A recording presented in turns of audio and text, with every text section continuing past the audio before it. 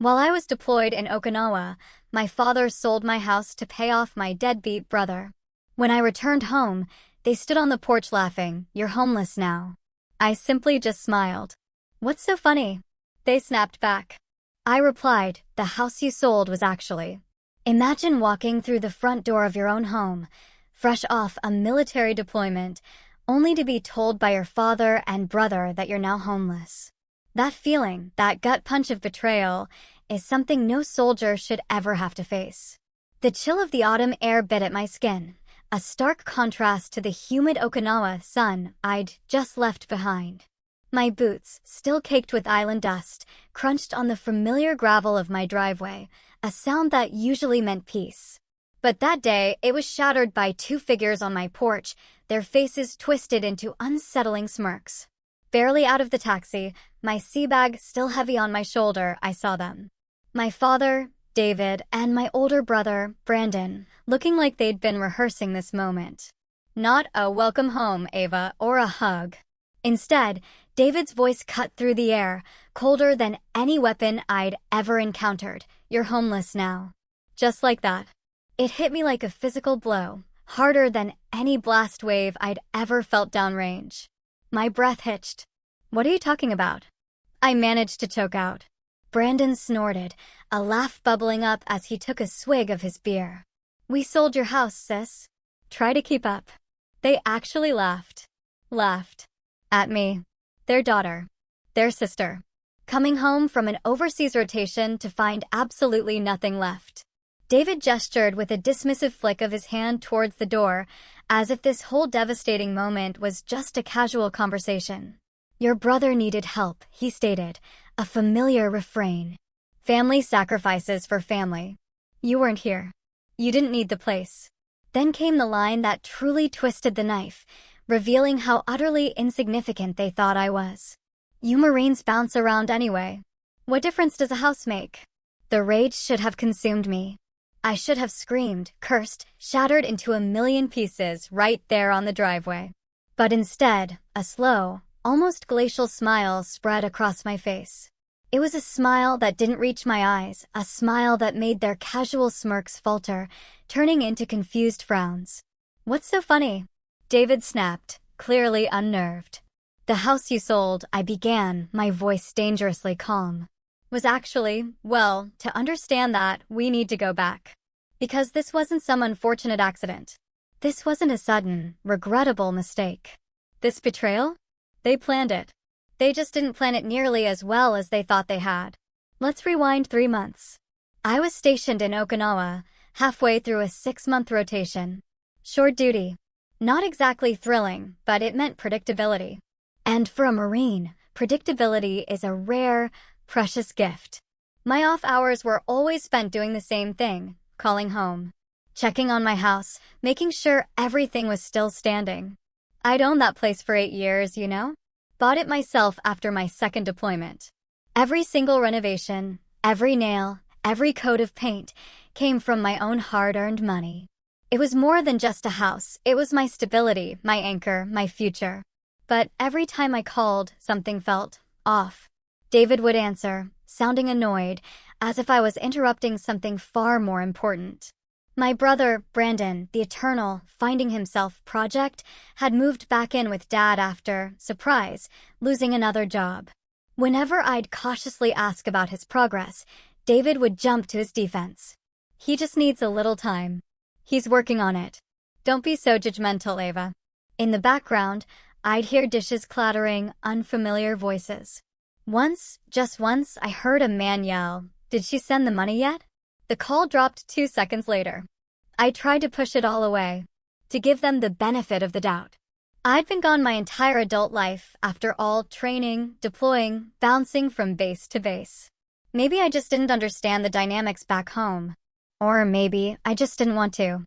But 2 weeks before my homecoming, a text message landed on my phone, a warning shot I tragically missed. It was from David, "Call us before you come home." No punctuation.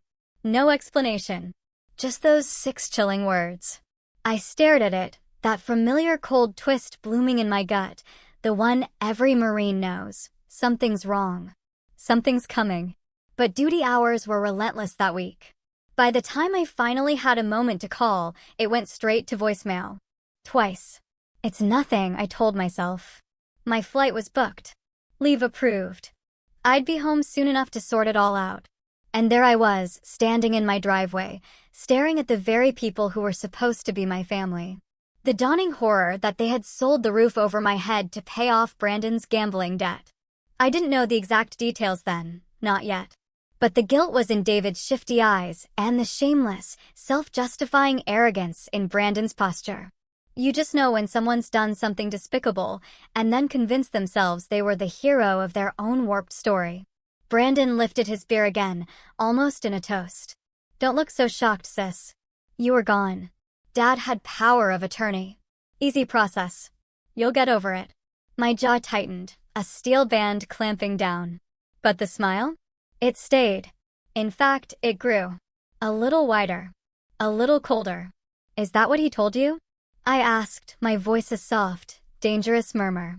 David's eyebrows furrowed, confused and slightly wary. What's that supposed to mean? He asked. I didn't answer. Not yet. Because what they didn't know, what was about to hit them with the force of a freight train, was that the house they sold wasn't what they thought it was. Legally. Financially. Structurally. They had no idea what kind of mess they'd actually put on the market. But I wasn't ready to drop that bomb just yet. Some revenge, I've learned, needs a little more time to simmer. I carefully set my sea bag down, brushed an imaginary speck of dust off my sleeve, and walked slowly towards the porch. Like nothing could touch me. David stepped aside, annoyed but clearly bewildered. Brandon scoffed, look at her acting all calm. They mistook my calm for weakness, for shock. They had no idea I was calm because I was already 10 steps ahead. Marines don't come home hoping for the best. We come home prepared for the worst. And this? This was nothing compared to what I'd already survived. I didn't go inside. I just stood there on the porch, letting them watch me, waiting. Waiting for me to cry. To break. To crumble. Just like they'd probably rehearsed in their heads. But nothing came. No tears. No begging. No dramatic collapse. Just a long, heavy, suffocating silence. A silence that made David shift uncomfortably and Brandon nervously tap his beer can against the railing. That silence, right then, was the only power I needed. Finally, David cleared his throat, his discomfort palpable. Well, aren't you going to say something? I tilted my head, really studying him. The man who used to wake at 5 a.m. to make me breakfast before school. The man who stood in the front row at my boot camp. Graduation, tears streaming down his face.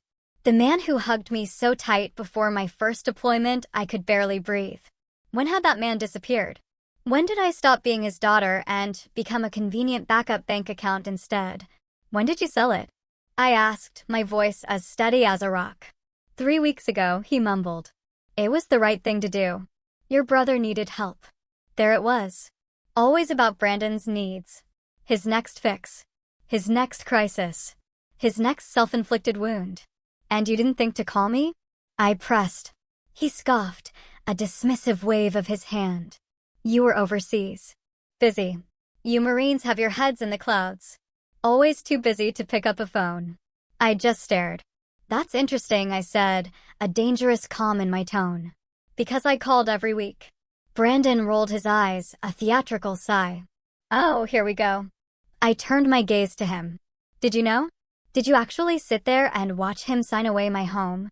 He just shrugged, lazy, unbothered. Dad said it was fine. I believed him. Why wouldn't I? He's Dad. I nearly laughed.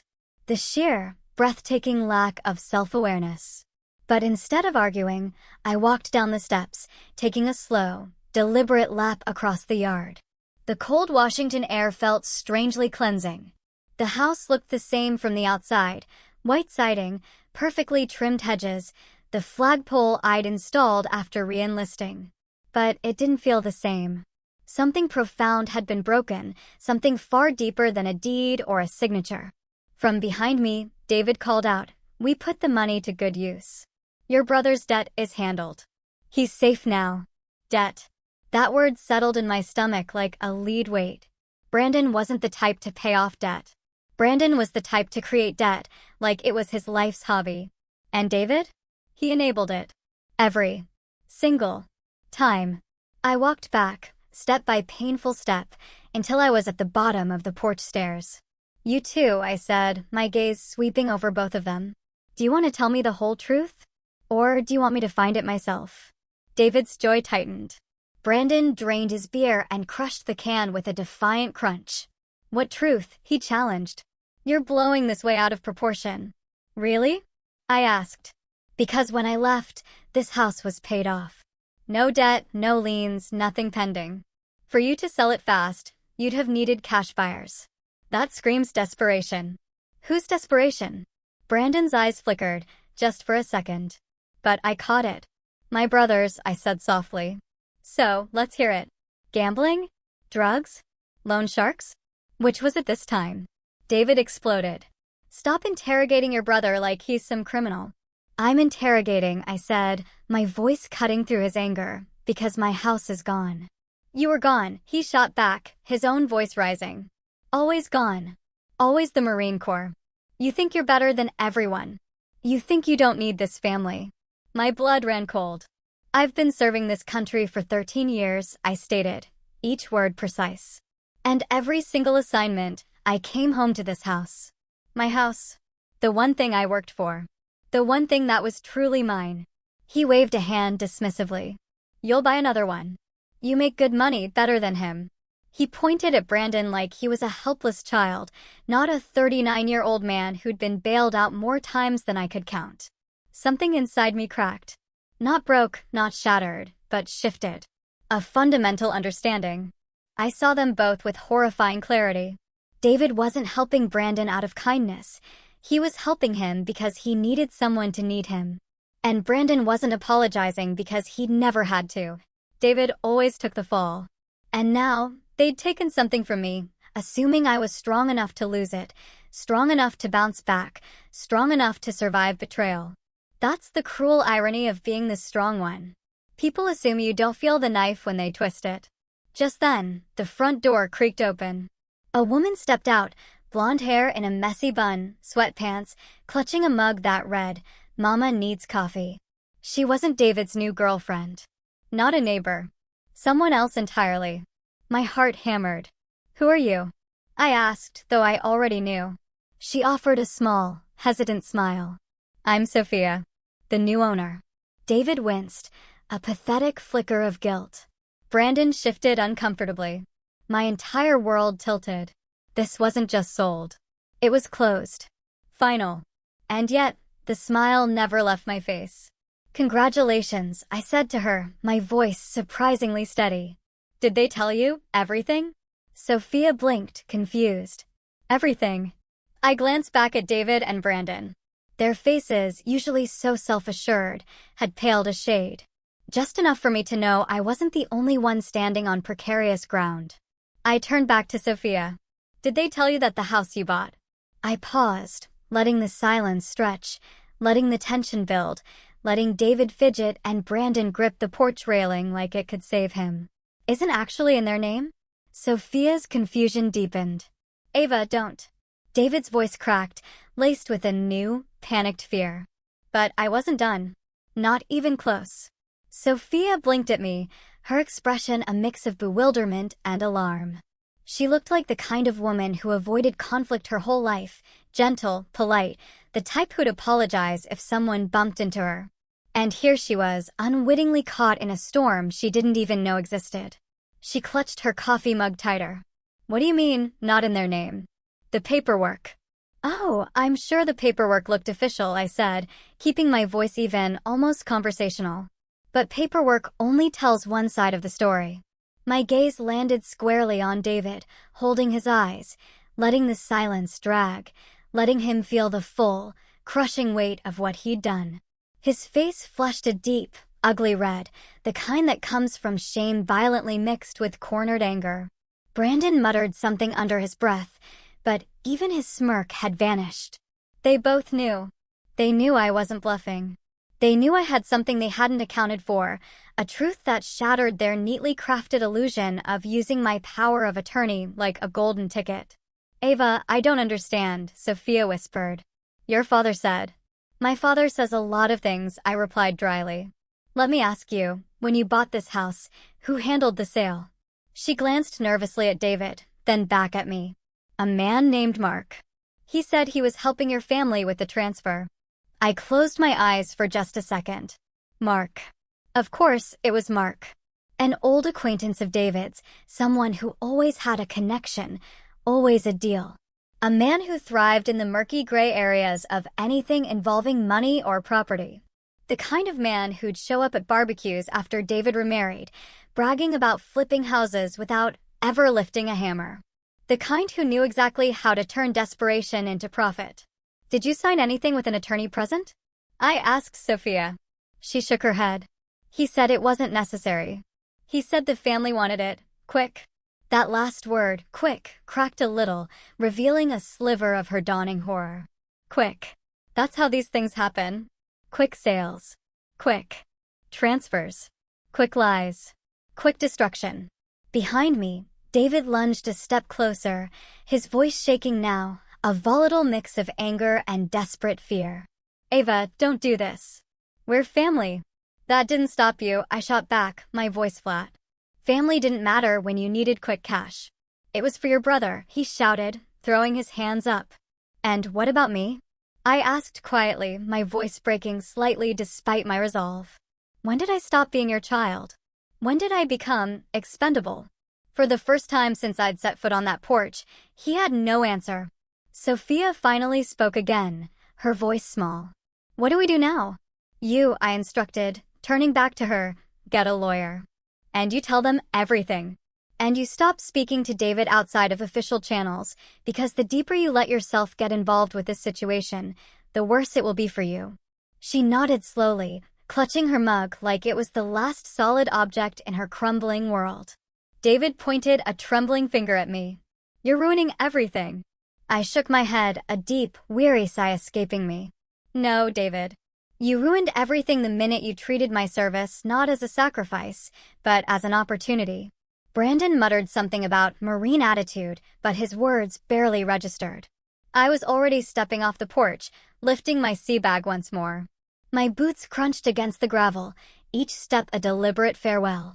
The air felt sharp and cold, but in a way that cleared my mind rather than clouded it. I started walking towards the street. "Ava, where are you going?" David yelled after me, a desperate plea in his voice. "Oh," Brandon sneered. "You don't have one." I turned back, letting the porch light cast an eerie halo behind their stunned silhouettes. "That," I said, a ghost of a smile playing on my lips, "is what you think." For the first time since landing, a profound calm settled over me. They had no idea. No idea how much trouble they had just created for themselves. No idea what the next days would bring. No idea how utterly unprepared they were for the consequences they had unleashed. And I didn't need to burden them with details. Fear, after all, grows best when it's left unexplained. I didn't sleep that night. Not a wink. I checked into a cheap roadside motel, the kind with the buzzing neon sign and the air conditioner that hummed louder than the freeway traffic outside. My sea bag landed with a thud on the single chair. I just sat on the edge of the bed, staring at my phone. David's number flashed across the screen. 3 times.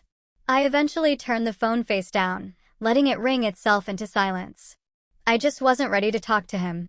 Not when my chest still felt like it was in a vice grip, my pulse still jumping every time I replayed the porch confrontation. I saw Sophia's stunned face.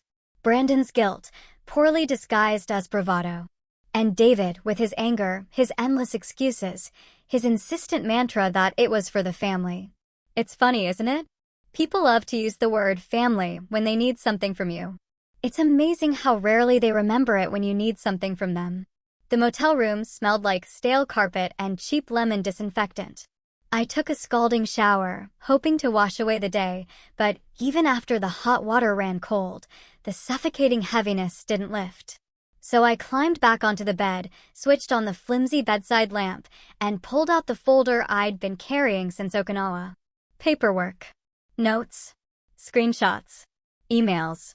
Everything I'd meticulously gathered in those final weeks overseas, when the truth had slowly, agonizingly begun to take shape. Because betrayal rarely happens all at once. It starts small. Little cracks. Uneasy silences. Vague explanations. Half-finished sentences. Then one day, the dam breaks and you realize every single red flag had been waving frantically, trying desperately to warn you. I can still pinpoint the exact moment it truly hit me. I was on a small balcony outside the barracks in Okinawa. The air was thick, suffocating with humidity, my camis plastered to my skin even though the sun had dipped below the horizon. The cicadas were screaming in the trees, a deafening chorus, almost as if they were trying to drown out the chaotic thoughts in my head. My phone buzzed. Another notification. Just another automated alert. I almost swiped it away. But then I saw the words, property ownership update. Every single instinct I'd ever honed in the course screamed at me, stop. Read this. The message itself was short. Didn't explain a damn thing. Just a digital confirmation that an ownership change had been processed. Not completed. Not verified. Just processed. My name was still on the house, but another name was now added, blurry and incomplete. Like someone had started a transfer but hadn't quite finished. I immediately called David. No answer. Called again. Straight to voicemail. Texted him. No reply. Then I tried Brandon. Even though deep down I knew he wouldn't pick up, he didn't. Tried again. Nothing. I just stood there on that balcony, staring out at the vast, dark Pacific. The night breeze felt warm against my face, but my stomach had gone ice cold. Not because I knew what was happening, but because I didn't. And that paralyzing uncertainty was, in that moment, far worse than any truth could have been. The very next day, during my cramped lunch break, I found a JAG officer on base and asked if he had 5 minutes. He gave me 10. I laid out what I'd seen, the bare facts of the notification. He didn't panic, didn't make a big deal. He just asked one question, his gaze steady. Who has your power of attorney? When I said David's name, something in his expression shifted. Not pity, not judgment, just a quiet, weary recognition. He'd seen this playbook before, too many times. He told me vague stories, no names, about service members being absolutely burned while deployed. Families selling cars, cashing out accounts, refinancing properties, emptying storage units, even signing divorce papers on behalf of someone halfway across the world. Trust is good, he'd said, his voice low, but oversight is better. Those words burrowed into my mind. Trust is good. Oversight is better. I asked him what I should do. He walked me through it. How to request full transaction logs from the county, which office to email, the specific forms to submit, even how to phrase the request so it wouldn't get buried in bureaucracy. I sent everything that very afternoon. A week later, the file landed in my inbox. I opened it on my bunk, expecting confusion, a simple mistake, a clerical error. But the moment I saw the signatures, the dates, the notations, and then the buyer's name, Mark. A cold dread settled into my bones, a kind that sinks deep and doesn't thaw. David had signed the first authorization 2 days after telling me how peaceful the house felt lately. He'd signed the second after texting me a heart emoji. And the third, the one that allowed the property to move forward for sale? He signed it the same day I'd called him from a field exercise, telling him how much I missed home. He never told me. Not once. Not even a hint. And Brandon? The logs showed his bank account as one of the destinations for the wired money. I sat on my bunk for a long time, just staring at the screen. I remember the dim, flickering light above my bed, the constant hum of the fan, the muffled sounds of other Marines laughing in the hallway after a grueling day. Life kept moving around me, but I felt utterly frozen. Later that night, I called David again. This time he answered, but only because he didn't recognize the number. I'd used the office phone instead of my own. His voice was cheerful at first. Too cheerful. Hey, sweetheart. Everything okay over there? I swallowed hard, the words catching in my throat. Did you sell my house? The pause that followed was deafening. 5 seconds. 10. 15. Long enough for a world to collapse. Then he said, "Before you get upset." I hung up. I couldn't trust myself to speak. And over the next few days, whenever he called back, I just let it ring. I wasn't ready to hear his excuses. Wasn't ready to listen to his tortured reasoning or his pathetic justifications. I wasn't ready to listen to a man who hadn't respected me enough to tell me the truth. But what I was ready for, what slowly, steadily began to build inside me, was a plan. People think revenge is loud, explosive, dramatic. But the truth is, the best revenge is quiet. It breathes. It waits. It watches. It sharpens itself in the dark until the precise moment it's needed. When my deployment finally ended, I made no announcement. No fanfare. I booked the earliest flight home, landing at SeaTac before the sun had even thought about rising. I didn't tell David. Didn't tell Brandon. Didn't tell anyone. I rented a car from the airport, and my first stop, as soon as they opened, was the county recorder's office. I requested every single document in person. I spent 2 hours with a clerk who, clearly, had seen enough messy family disputes to spot trouble from a mile away. She didn't say much, but the quiet sympathy in her eyes told me I wasn't wrong. When I finally walked out, clutching that full packet of documents, the truth hit me with full, undeniable force. For the first time, David and Brandon had legally cornered themselves. They just didn't know it yet. That night, sitting in that cheap motel room, the buzz of the neon sign seeping through the flimsy window, I laid out every page, every signature, every timestamp. I highlighted lines, circled dates, cross-referenced entries. The betrayal still hurt. God, it hurt. But the clarity that came with truly understanding the scope of their colossal mistakes felt like fresh air filling my lungs again. They thought they'd beaten me. They thought I'd come home helpless. They actually thought a Marine would simply crumble because of a house. But they forgot something critical. They forgot who raised me. They forgot that my mom taught me how to fight, quietly and fiercely. They forgot that the Corps taught me how to fight smart. And worst of all for them, they forgot that consequences are incredibly, devastatingly patient. The next morning, I drove back to the neighborhood before the sun had fully risen. The houses were hushed, lawns still silver with dew, and a soft, gray fog hung low over the street, as if the world hadn't quite woken up yet.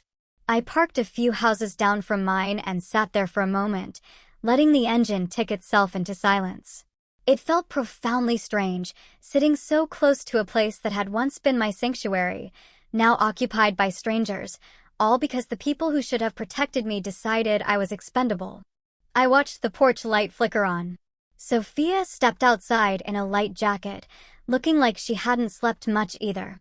Her blonde hair was pulled back in a loose bun, and she stood there, arms wrapped around herself, staring at the yard with a lost, bewildered expression. I got out of the car and walked towards her slowly, carefully, not wanting to startle her. When she finally looked up and saw me, I offered a small nod. "Morning," she said softly. "I didn't expect to see you here." "I know," I replied, "but we have a lot to sort out." I stepped onto the grass, keeping a respectful few feet between us, not wanting to invade the space she, for the moment, still believed was hers. "Did you talk to anyone last night?" She nodded. "My husband. He's flying back tonight. He said we'll get a lawyer first thing tomorrow." Then she hesitated, her eyes flickering. "I didn't tell your father." "Good," I said simply. "Don't." She exhaled shakily and sank onto the porch step, the mug in her hand trembling slightly. "I don't know how this happened. We've been saving for years. This was supposed to be our fresh start, our first real home." Her voice cracked, and for a fleeting moment, I felt a pang of guilt. Not because I had caused any of this, but because David's destructive actions had spilled over onto someone who absolutely didn't deserve it. I sat down on the step beside her. "You didn't do anything wrong, Sophia. You bought a house. You trusted the people selling it. That's what any reasonable person would do." She nodded, but tears still tracked down her cheeks. "When he told us he had authority, we believed him. He seemed so certain." "My father always sounds certain," I said, a bitter note in my voice. "Even when he's dead wrong." She wiped her face quickly. "What do you think will happen now?" That depends on how honest you want to be with your lawyer, I stated. And how honest they want to be with the court. I reached into my bag and pulled out 2 copies of the documents I'd assembled. Here. These are for your attorney. They outline everything I told you yesterday. Sophia took the papers, her fingers brushing mine briefly. This is going to get messy, isn't it? Yes, I conceded. But messy doesn't mean hopeless. Before she could respond, the front door swung open with a bang, and David stepped out. His expression was the same tight, rigid, impatient one he used to wear when he scolded me as a teenager. Ava, what are you doing here? Talking, I said calmly. He pointed at me like I was a trespasser on my own lawn. Not without my permission, you're not. I stared at him. Your permission? I repeated, a slow, dangerous smile forming. That's interesting, considering none of this belongs to you. It doesn't belong to you either, he shouted, his voice cracking with fury. Sophia flinched beside me. I stood from the step and faced him fully. It never belonged to you. You acted like you could make decisions about my life, because you had a piece of paper and a signature. Power of attorney isn't ownership, Dad. It's responsibility. And you abused it. I did what I had to do, he declared, his voice trembling with a mixture of anger and desperation. Your brother was in danger. He had people after him. People are always after him, I replied, my voice steady and unwavering. That's not an excuse to steal from me. It wasn't stealing, he barked. You always judge him. You always think you're better than him because you're a Marine. But he's my son, too, and he needed help. And I didn't? I asked, my voice low but cutting. I served for 13 years. I sent money home. I kept this family afloat more times than either of you will ever admit. When did I become the one who didn't matter? He hesitated. And in that split second of silence, in the flicker of his eyes, I saw the truth. He hadn't meant to hurt me. He didn't do it out of malice, not truly. He did it out of weakness. Out of a love twisted into toxic obligation. Out of a crippling fear of losing the son he never stopped trying to save. But intent doesn't undo damage. And love, even real love, never justifies betrayal. Behind David, the screen door creaked again, and Brandon shuffled out, rubbing sleep from his eyes as if he were just waking from a pleasant nap, not to the crumbling consequences of his own actions. Is this still about the house? He mumbled, a whine in his voice. I looked at him. Really looked at him. And I saw a man who had never been told no. Never been held accountable. Never, ever, been forced to stand on his own 2 feet. A man who'd grown utterly comfortable taking from everyone around him because taking was always easier than earning. Yes, I said, my voice cutting through his self-pity. It's still about the house. Brandon sighed dramatically, as if he were the put-upon one. Jesus, sis, relax.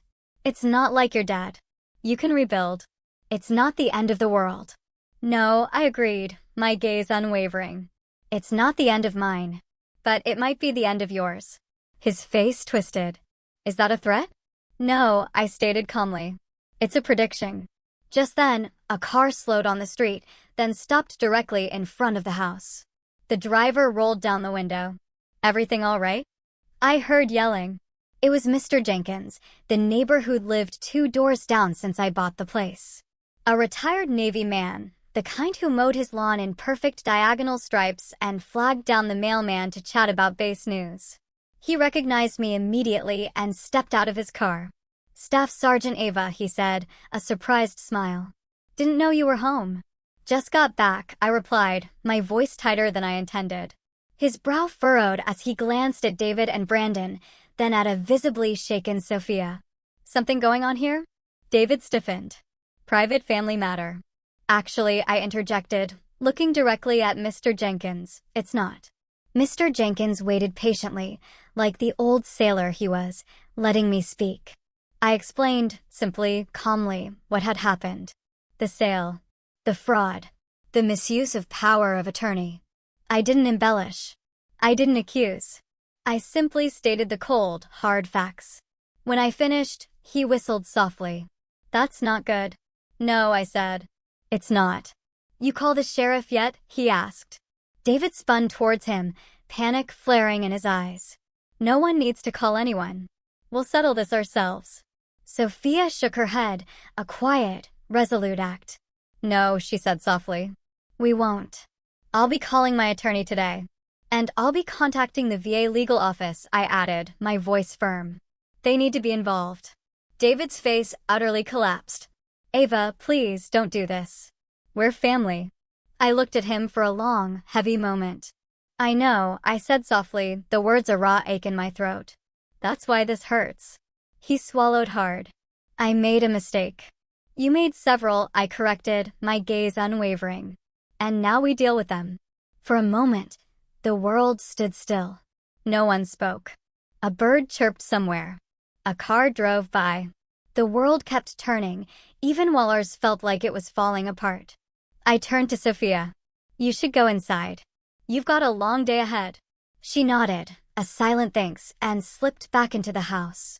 Mr. Jenkins returned to his car. I stepped off the porch, heading toward the street. Ava. David called after me, his voice cracking, desperate. Where are you going now? To do what you should have done, I said, without turning around. Tell the truth. I spent the rest of that morning in the sheriff's building. It was a place I'd walked into once before, when I first moved to the neighborhood, a simple process to register my address after a deployment.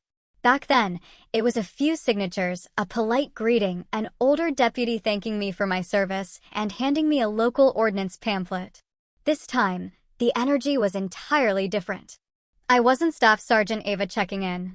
I was the woman walking in with a heavy folder, filled with undeniable evidence that her own family had violated federal regulations while she was overseas, serving her country.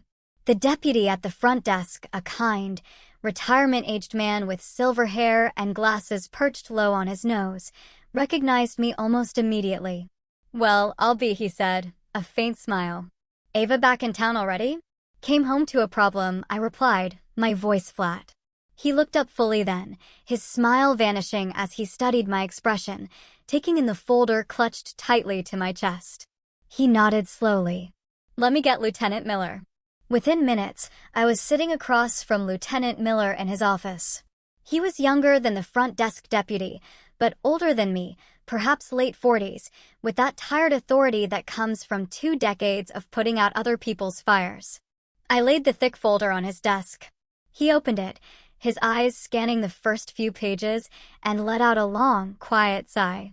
David signed these? Yes. And the buyer connection? Mark. Unfortunately, I confirmed. Lieutenant Miller kept flipping pages, his face tightening with every new detail. VA-backed property. Unauthorized POA use. A rushed sale. No attorney oversight. No court approval. This isn't small, Ava, he said, leaning back in his chair, a grim look on his face. This is a significant mess. I know, I murmured. He rubbed his chin, deep in thought. The sale can't be finalized legally. And your father and brother, well, they may have committed more than one offense here. I'm aware. He closed the folder gently, as if it were something fragile, dangerous. I'll need to send this to the county prosecutor. And we'll need statements from everyone involved. You, the buyer, your father, your brother, the middleman. What's his name, Mark? He shook his head. Mark's been on our radar before. Of course he had. Ava, he said, his voice careful, a note of caution. Are you sure you want to move forward with this? Once we start, there's no taking it back. It will be public. It will get messy. It will destroy your father's reputation, and possibly more. I took a slow, deep breath, letting the gravity of his words settle. Lieutenant, I said, my gaze firm, he destroyed my trust. He used my deployment to take something I spent years building. If I let that go because it's uncomfortable, then every service member with family issues becomes vulnerable. Lieutenant Miller nodded, a slow, deliberate movement. All right, then. We'll start today. For the next hour, I sat with a young female deputy, Officer Reyes, who transcribed my full account while Lieutenant Miller made calls in the background. I recounted everything, the signing of the power of attorney, the emails from Okinawa, the unreturned calls, the unsettling text from Brandon, that agonizing night on the balcony when I discovered the ownership change, the rushed sale, the porch confrontation, Sophia's unwitting involvement. Officer Reyes typed rapidly, her fingers flying across the keyboard, only pausing to clarify a date or a name. When I finally finished, she looked up, her gaze meeting mine. "I'm sorry," she said, her voice quiet, heartfelt. That unexpected, genuine sympathy almost cracked my carefully constructed composure. I just nodded a tight thank you.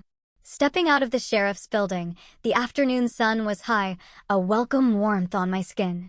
I felt a strange, profound mixture of exhaustion and exhilarating clarity. This wasn't revenge anymore.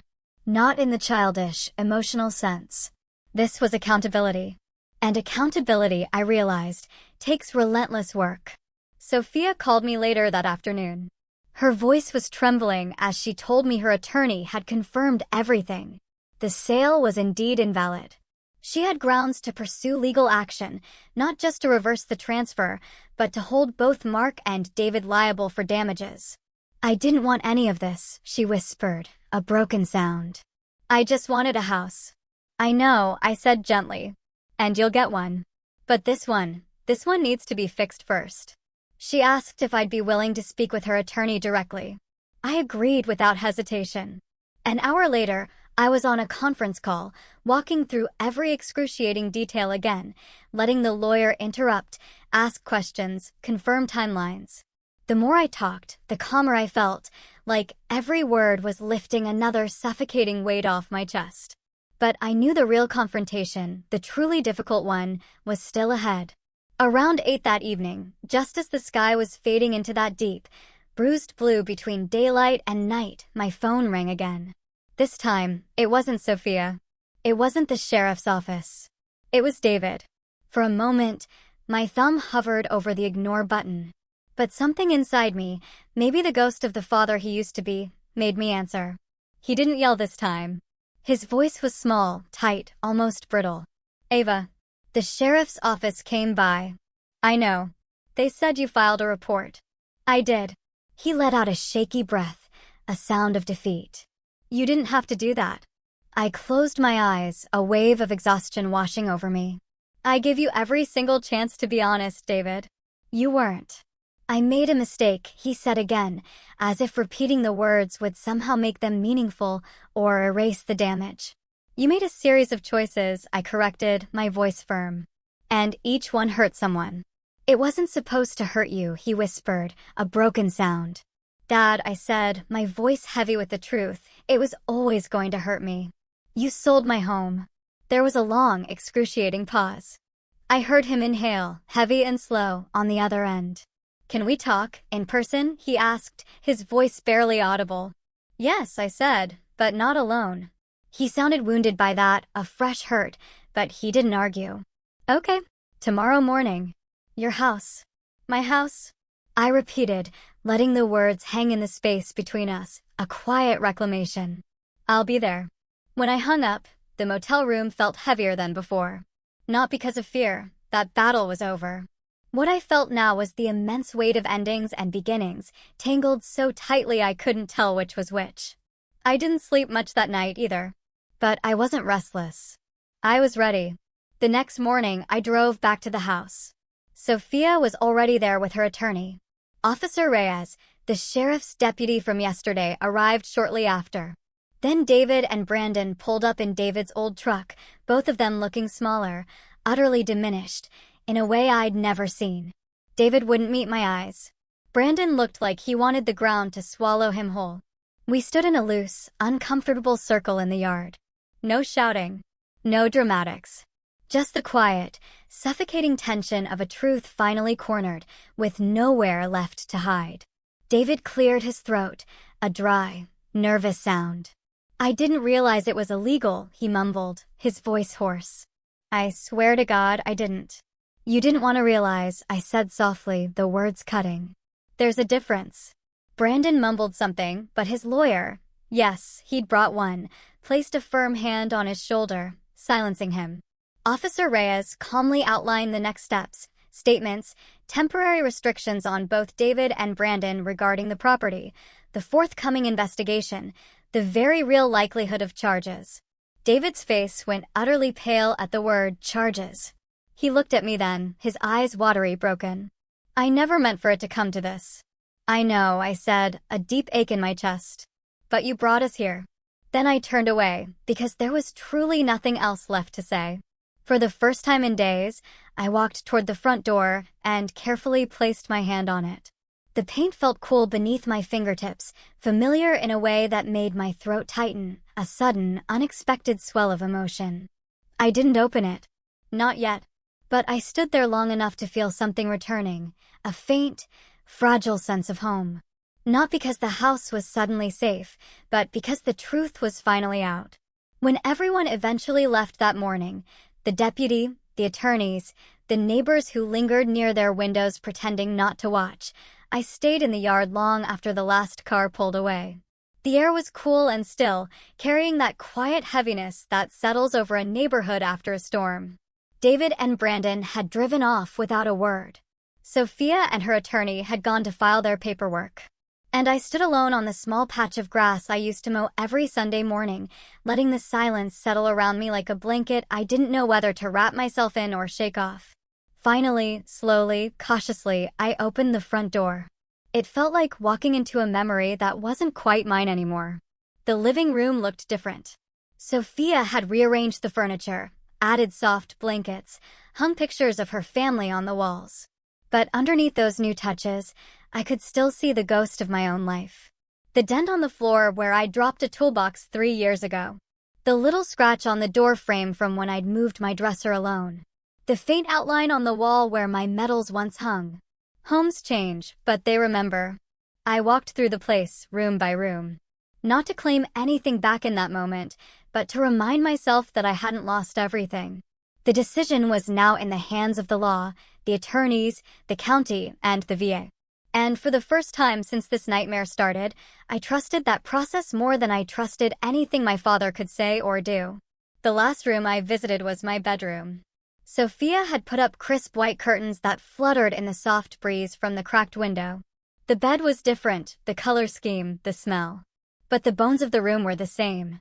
And when I ran my hand along the windowsill, my fingers brushed against a small, familiar ridge where I'd once carved my initials when I first bought the place. I'd forgotten it was even there. The small, raised bumps of the letters hit me like a soft punch to the heart. I stood there for a long time before finally leaving. I didn't want to intrude more than necessary. They were still living there, after all. But I needed to feel the house one more time before stepping away again. When I walked out, I saw someone waiting for me at the bottom of the porch. David. He was standing by his truck, hands in his pockets, shoulders hunched like a man carrying a weight he finally realized was his own. For a moment, neither of us spoke. It was the longest, most painful silence we had shared in years. Finally, he said, "Can we talk?" I stepped down the porch, keeping a careful, deliberate distance. "We've been talking," I replied, my voice devoid of emotion. "No," he said quietly, "not like this." Something in his voice, humility, perhaps, or the sheer exhaustion of a man who'd finally run out of excuses, made me pause. I nodded once. He looked older than I remembered. Not old in the way time simply passes, but old in the way regret does, suddenly and all at once. His eyes were red-rimmed, and his mouth trembled when he started speaking. I thought I was helping him, he confessed, his voice barely above a whisper. I thought if I didn't step in, he'd lose everything. "You didn't step in," I countered, my voice firm. "You stepped over me." He bowed his head. "I know. And I don't expect you to forgive me. I need you to understand." I was scared. Of what? "Losing him," he whispered, his voice cracking. "Brandon's a mess, Ava. He always has been. But he's all I have left." He swallowed hard, his throat working. "And I didn't want to lose you either. But I just kept choosing wrong. I didn't soften. Not yet. But I listened." "Your mother was the strong one," he continued, a faraway look in his eyes. "You got that from her. After she died, I didn't know how to hold things together. Brandon needed me more. Or at least it felt like he did. You were always fine. You were always the one who made it. I thought you wouldn't break." "I didn't," I said, my voice barely audible. "But you broke something in me." His eyes filled with tears. "I know. And you broke something in yourself, too," I added, looking at him with a profound sadness. You just don't see it yet. He covered his face with one hand, as if trying to hide from the devastating truth. I don't know how to fix this. You can't fix all of it, I said gently, a strange calm settling over me. But you can start by being honest. And by letting the consequences happen. He let his hand fall, his face ravaged by grief and shame. I don't want to go to jail. You may not, I said. But you may have to answer for what you did. He nodded slowly. If that's what it takes to make this right, then I'll do it. And for the very first time since I'd returned, I believed him. He started to turn away, but then he stopped, haltingly. I'm proud of you, he said softly, his voice raw. I know I never say it the right way or at all. But I am. I didn't respond right away. The words were good. They were terribly, terribly late. Still, they were something. A start. And maybe, just maybe, that was enough for now. Take care of yourself, I said finally. And take responsibility. He nodded again, a broken man. He got into his truck and drove off slowly, as if his wheels were impossibly heavy. I stayed in the yard for a little longer, letting the cool air carry some of the immense weight off my shoulders. Sophia came outside not long after, her hands tucked into her coat pockets, her expression kinder than I deserved. Are you all right? She asked, her voice concerned. I think so, I said, a weary but genuine smile touching my lips. Are you?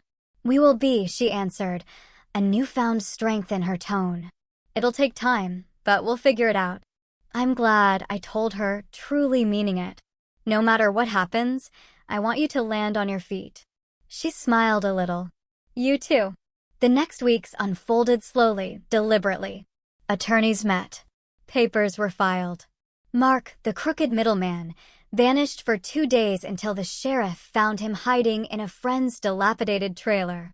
Brandon attended mandatory meetings with a public defender, looking utterly bewildered by the actual consequences of his actions.